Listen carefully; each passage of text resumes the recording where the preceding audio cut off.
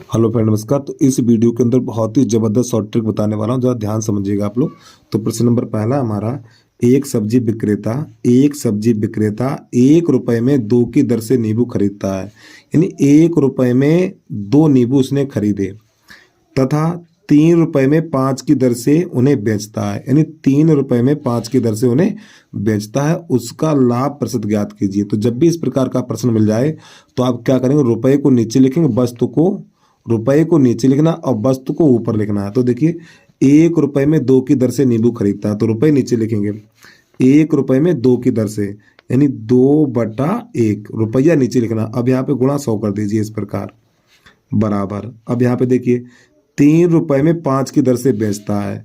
ठीक है, 5 रुपए में यानी 3 रुपए की, देखो 3 रुपए में 5 की दर से बेचता है और गुणा x कर दीजिए। अब यहाँ पे कटापिटी करिए, 5 एकन 5 और 5 दूनी 10, तो ये हो गया हमारा 40। 40 बराबर 100/3, और जिसके नीचे कुछ नहीं उसके नीचे 1 कर लो। अब यहाँ पे कैसे गुणा कर दीजिए, तो इसका इसमें करेंगे तो x बराबर हो जाएगा 120। अब यहाँ पे मेरी बात को ध्यान समझिए, अगर ये x का मान 100 से ज़्यादा निकला तो लाभ होगा, अगर ये x का मान 100 से बड़ा निकला तो लाभ होगा, और 100 से कम निकला तो हानि होगी। तो देखो 100 से बड़ा है ये मान, 100 से कितना बड़ा है, 20 अधिक है, तो आप क्या करें, 20% लाभ होगा। 100 से जितना अधिक होगा उतना ही लाभ होगा, तो ये इसका आंसर आ गया। यानी इस प्रश्न में 20% का लाभ होगा, तो इसका विकल्प नंबर हमारा सी सही हो जाएगा। तो उम्मीद आपको ये भी समझ में आ गया होगा। चलिए अगला समझिए, प्रश्न नंबर 2 इसको देखिएगा। एक फल विक्रेता कुछ संतरे 10 रुपए में 5 की दर से खरीद कर 15 रुपए में 6 की दर से उन्हें बेचता है, उसका लाभ प्रतिशत ज्ञात कीजिए। तो देखिए, 10 रुपए में 5 की दर से खरीद कर, तो रुपया नीचे लिखना आपको, 10 रुपए में 5 की दर से खरीद कर और गुणा 100, इधर गुणा 100 रहेगा हमेशा, क्रय यानी क्रय मूल्य में हमेशा 100 लिखना आपको। अब इसके बाद 15 रुपए में 6 की दर से बेच देता है, 15 रुपए में 6 की दर से बेच देता है। देखिए, रुपया नीचे रखेंगे, वस्तु ऊपर रखेंगे और गुणा यहाँ पे x कर दीजिए। चलाइए आतिशबाजी। अब यहाँ पर 1 0 से 1 0 कट जाएगा। अब इसको काटे हम 3 से, काटो, 3 दूनी 6 और 3 पंजे 15, फिर 2 से, 2 एकन 2, ये बन जाएगा 2 पंजे 10, तो यहाँ पे 5 25, तो आप लिखेंगे 25 बराबर x/5। उसका थोड़ा आगे देखिएगा, तो इसके नीचे 1 कर लो, इसका इसमें, तो x बराबर निकलेगा 125। अब आप ये बताइए 100 से कितना अधिक है, ये 100 से कितना अधिक है, 25 अधिक है, तो 25% हो जाएगा इसका लाभ। ठीक है, अगर ये 100 में प्लस है तो लाभ होगा और 100 में कम है तो हानि होगी। ठीक, अब हानि वाले प्रश्न देख लीजिए। चलिए, तो इसका विकल्प नंबर कौन सा सही हो जाएगा हमारा, इसका विकल्प नंबर 25% है, डी वाला सही हो जाएगा। चलिए प्रश्न नंबर अगला देखिएगा, नंबर 3। प्रश्न नंबर 3 है, एक फल विक्रेता 25 में 20 के भाव से फलों को खरीदता है।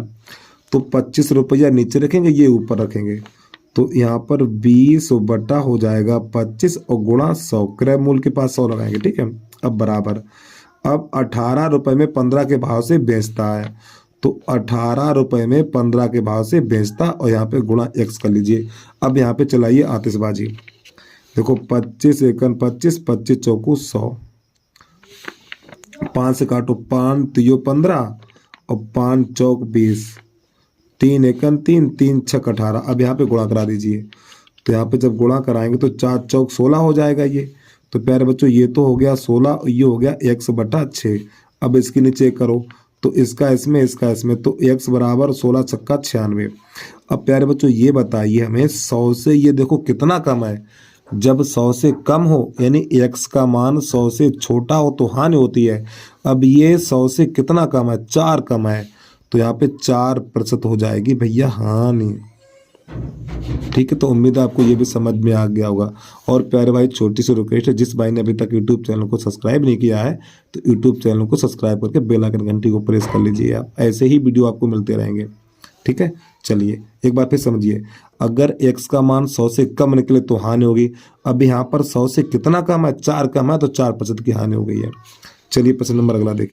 अगला प्रश्न है हमारा, रवि ने कुछ टाफियां 1 रुपए की 2 की दर से खरीद कर 1 रुपए की 5 की दर से बेच दी, तो उसका हानि प्रतिशत ज्ञात कीजिए। तो देखो रुपया नीचे लिखना, बस तो आपको ऊपर लिखना है।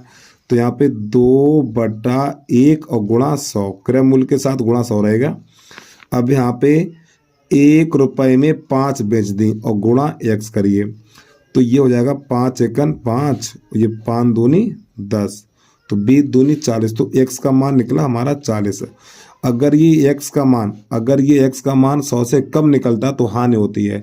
तो ये 40 है, 100 से कितना कम है, 60 कम है, तो इसको यही हो जाएगी हानि, यानी हानि बराबर हो जाएगा 60%। ठीक, तो ये प्रश्न का आंसर है। एक बार फिर समझिए, यानी अगर x का मान 100 से कम निकला तो ऐसे प्रश्नों में होती है हानि। तो फिर आपको ये देखना है जो x का मान है वो 100 से कितना कम है, 60 कम है, तो यही 60% की हानि होगी। तो इसका विकल्प नंबर डी हमारा सही हो जाएगा। तो उम्मीद है आपको समझ में आ गया होगा। तो बस आज के लिए इतना ही। जय हिंद, जय भारत।